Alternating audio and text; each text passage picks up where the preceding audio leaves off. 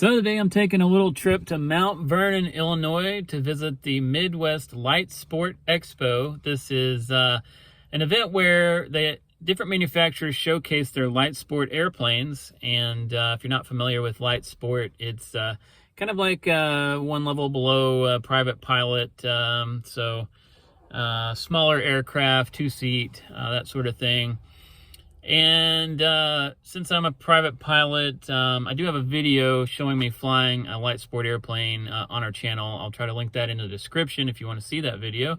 Fun little trip I took down to, we took down to Dexter for breakfast. But anyway, we're going to go in here and check out the Mount Vernon Airport and all the aircraft on display and see what's going on. So let's go.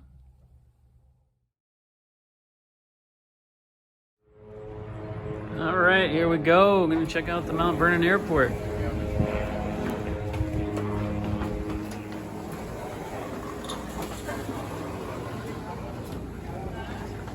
Looks like they've renovated it since the last time I was here. The cafe is now right through the front door.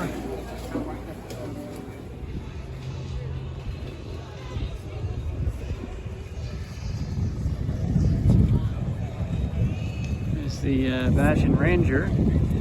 One of the aircraft I'm pretty interested in looking at. But as you can see, there's quite a few light sport aircraft here. Some pretty neat airplanes. And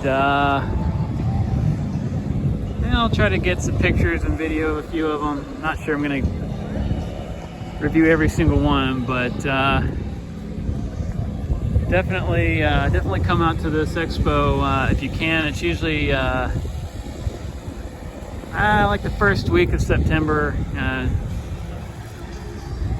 weekend, Thursday, Friday, Saturday usually. So if you're ever in this area and you can make it, it's worth checking out. It's free to the public. So this is inside the Ranger. Full dining glass cockpit there. And a large luggage area. I don't know how this comes across on camera, but it's very large.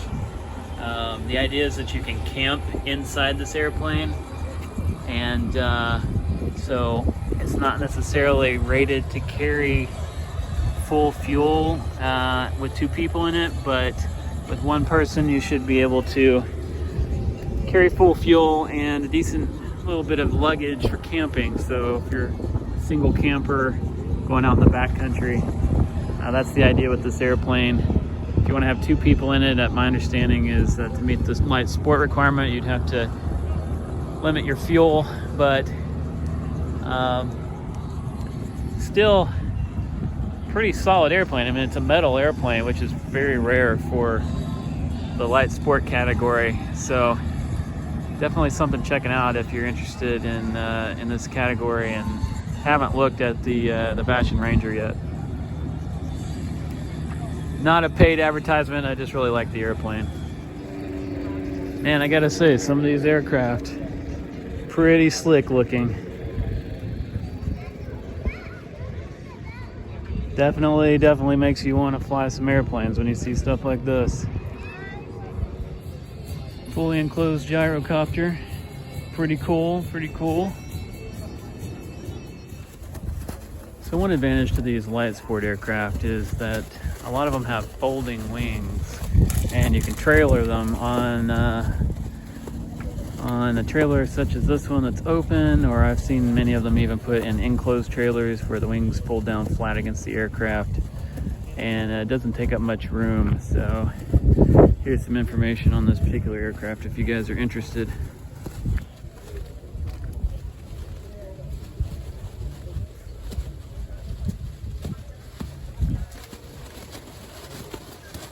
But it's a very common thing for light sports to have folding wings so that you can easily transport them.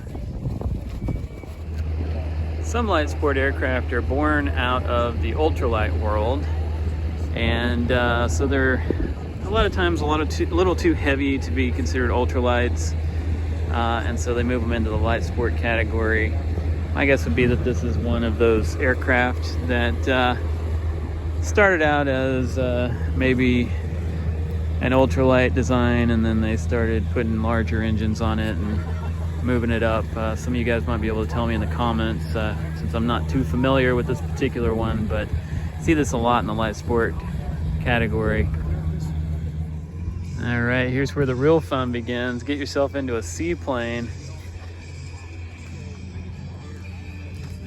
Never flown in a seaplane, but man, it looks cool. Be able to land on most state waterways, and yeah, you could put it down in a lot of places. Obviously, this one's equipped with landing gear as well, and most are. So you can land pretty much anywhere with this type of aircraft. It's got a Rotax engine on it, very common parts, and be easy to maintain, I would think. So check it out. Tell me what you guys think. All right, so we've reached Zenith Aircraft Company, and they're pretty popular. Very short takeoff and landing, STOL aircraft. So you'll see these a lot in STOL competitions. They're metal aircraft, as you can see, very large tires for backcountry, and I believe they're built in Missouri. So pretty good airplanes. I've always heard good things about them, and they've got several aircraft here flying around. I believe one is taxiing out right now to go for a joyride. So pretty cool event here at Mount Vernon. Good day. The weather's turned out well. Probably in the high 70s and a little bit of wind, but these aircraft can handle it. You don't want to get too windy in a light sport because the aircraft don't weigh very much, and so obviously wind affects them, but not too bad today. One more thing I should probably say about the Zenith aircraft is that they're actually a kit airplane. They manufacture the kits to where it's as easy to put together as possible within the rules. So the FAA has rules on how much the pilot has to build of the aircraft in order for it to qualify as a kit. And basically it just lowers the cost of the aircraft because, you know, insurance costs. The manufacturer doesn't have as much liability if someone else builds it.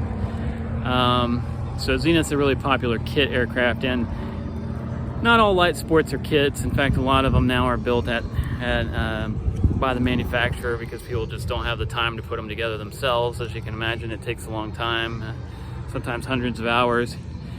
But there are still some kit aircraft in the light sport category as well. So if you're somebody who wants to build an airplane, it is definitely a way that you can get into doing that.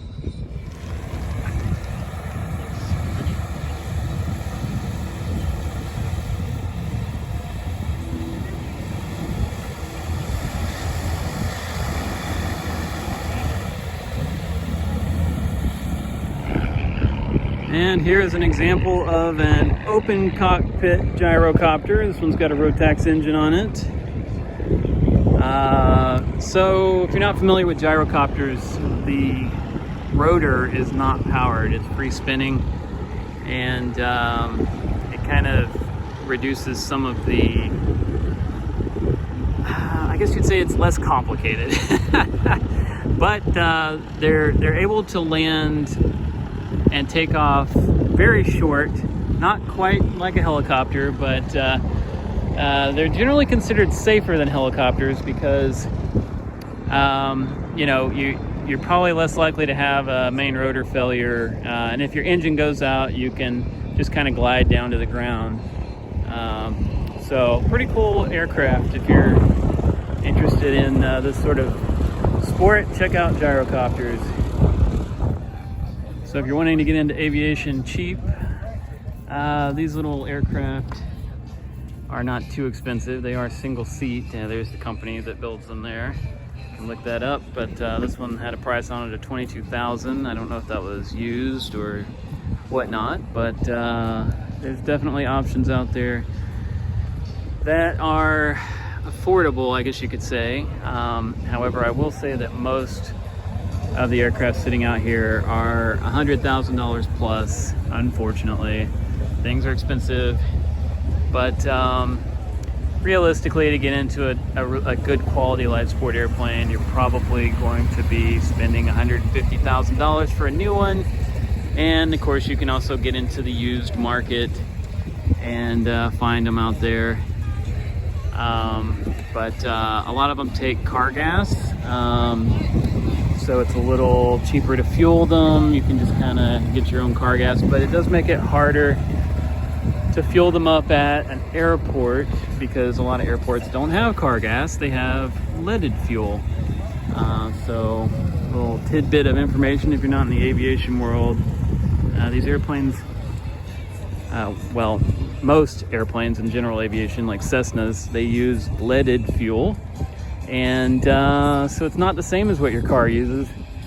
And it kind of makes getting fuel an interesting problem sometimes for pilots. But anyway, that is the Midwest Light Sport Expo at the Mount Vernon, Illinois airport. Elevation 480 feet. Here's another gyro for sale. That one, it's got a price tag of $15,000 on it, and looks like the fuel. Wow, look at that, guys. I gotta show you this before I leave. The seat is your gas tank. Think about that.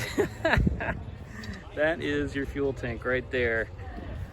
Pretty interesting. I don't know that I've seen that done before, but that's probably pretty normal for this type of aircraft.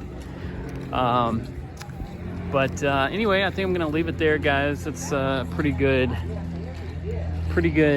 idea of what all goes on at this expo. I might throw in a few pictures here at the end with some extra info in them, but yeah, see you guys later.